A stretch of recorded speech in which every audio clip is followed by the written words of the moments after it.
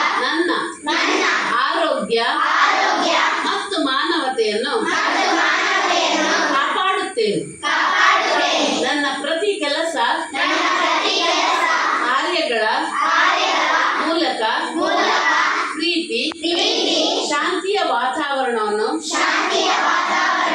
ನಿರ್ಮಿಸಿ ವಿಶ್ವ ಶಾಂತಿ ನಿರ್ಮಾಣಕ್ಕೆ ಪ್ರಯತ್ನಿಸುತ್ತಾ ವಿಶ್ವ ಸೌಹಾರ್ದತೆ ಶಾಂತಿ ಸಹಬಾಳ್ವೆಗೆ ಸದಾ ಒಗ್ಗಟ್ಟಿನಿಂದ ದುಡಿಯುತ್ತೇನೆ ಮತ್ತು ಪ್ರಾರ್ಥಿಸುತ್ತೇನೆ ಎಂದು ಸಂಕಲ್ಪ ಮಾಡುತ್ತೇನೆ.